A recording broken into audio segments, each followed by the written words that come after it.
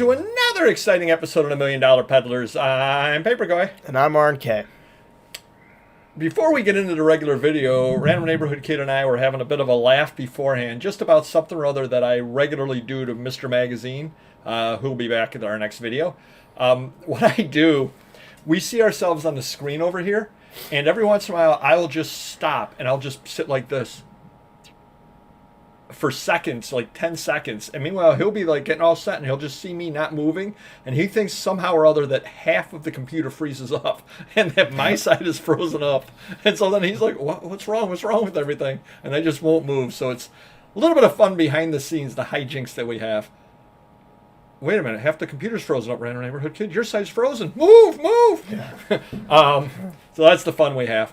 So wanted to talk to you kind of quickly, Random Neighborhood Kid, about online purchasing.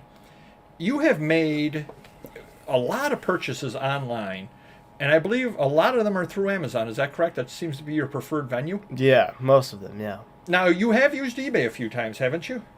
Auto parts. Yeah, just for that, though. Now, why did you use eBay for auto parts?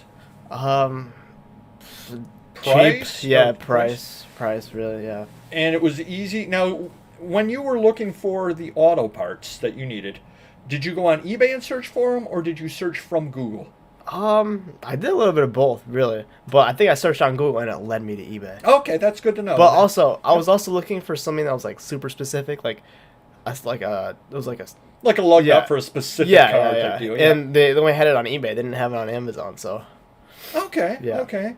So what that tells us is it doesn't do most of us any good because we don't sell auto parts, but it does tell us that their emphasis on auto parts seems to be at least working to some extent. Have you bought anything other than auto parts on eBay yourself?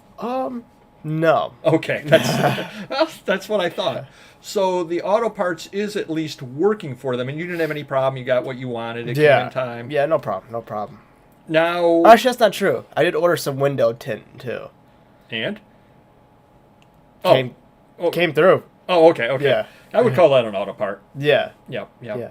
Now, on Amazon, why do you shop on Amazon a lot, comparatively? It's convenient. Okay. And I don't know, I'm just programmed to go to Amazon whenever I want to buy something. Now, how about payment? Amazon's hooked up to your credit card or your debit card? Yeah, so I think Amazon has like one click payment or one tap payment. Okay. Whatever they have, like. So it's easier to pay. Yeah, yeah, exactly. It's way easier to pay. Okay, that's interesting to know too. And again, because you're the next generation, and I'm so used to everything, and I started shopping on eBay earlier, that all the quirks with eBay I just accept. I mean, it is the way that it is, and a lot of the stuff that I buy is, oddball collectibles. I prefer eBay. I know the search better on eBay. So I'll give you the perfect example. We drink a fair amount of coffee in the house, and when I search on coffee, I buy it on eBay because I know the eBay search, and I know what I'm looking for on eBay a lot easier than an Amazon search. I would get overwhelmed in an Amazon search. Really?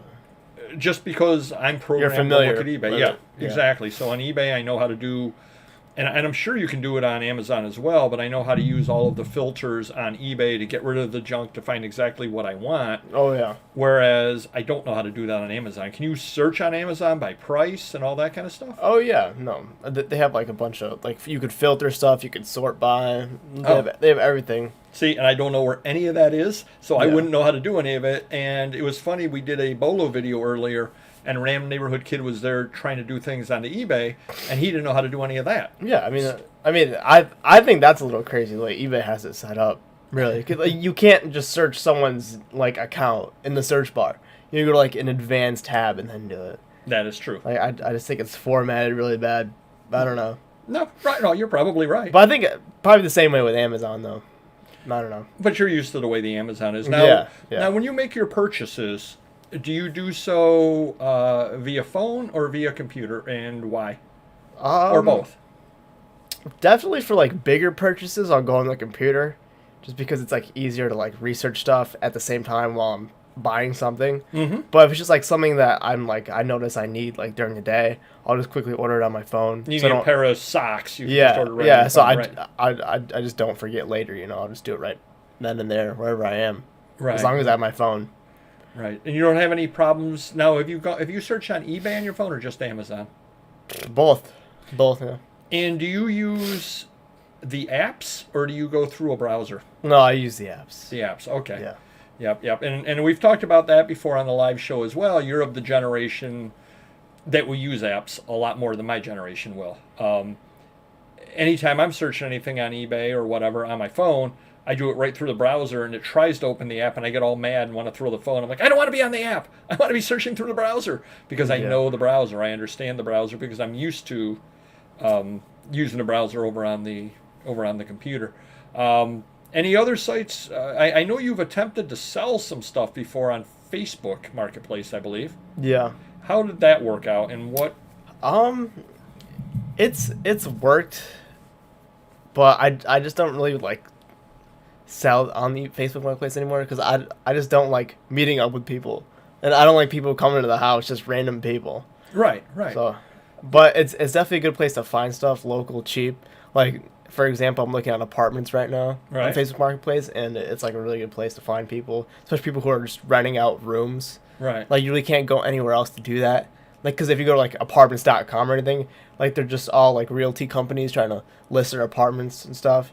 But Facebook, like people are like renting out specific rooms and stuff really cheap, so it's good for that.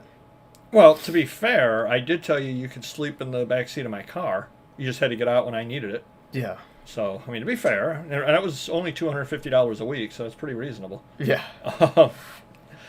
So, any other sites? You've never tried Mercari? You've never tried, well, obviously you wouldn't try Poshmark, I wouldn't think, but you never tried any of those? Etsy, nothing at all there? It's just sketchy. Sketchy stuff. We are not sponsored by any of those sites, by the way. If we were no longer sponsored by them, just to let you know. So any, in your friends as well, they all, I mean, I don't know if they shop on Amazon primarily as well. I think we've talked about that before. Yeah. It's still the same? Yeah, yep. So that's kind of interesting over there. We wanted to bring you how the younger generation thinks, because it's very, very important. A lot of people watching this, I mean, I've seen the demographics for our channel, and our channel skews a little bit older than you. I know that's hard to believe that the millennials and centennials aren't huge fans of old guy doing reselling videos. I know it's hard to believe, but they're not. But a lot of us that are watching the video, the people that are watching it and us doing it, we're from a different generation, and it's good to sit and talk with you, find out why you shop the way you do, how you shop the way you do. Now, in general, there's another quick question for you. In general, when you're searching for something, now car parts are one thing, but on other things, do you just go right to Amazon, or do you go to Google or a search engine first and then find it through there? I mean, it really depends on what I'm getting. Okay. Really, like if I have like the option to like buy something through like the actual website for the product, okay, I'll look there first, and then I'll compare on Amazon. Now, what are the prices usually? Usually it's cheaper on Amazon, I think. Oh, okay. Because I think Amazon has free shipping too, and most of the time. Are you a Prime member? I think so. Yeah. Oh, okay. Yeah. Well, I know my girlfriend is because she has the student Prime. Okay. Right? Yep. Yeah. Yep. Now, how about? Have you ever had a situation where you searched on Google, and it took you to a site, and you just were like, "This is just way too sketchy." Yeah.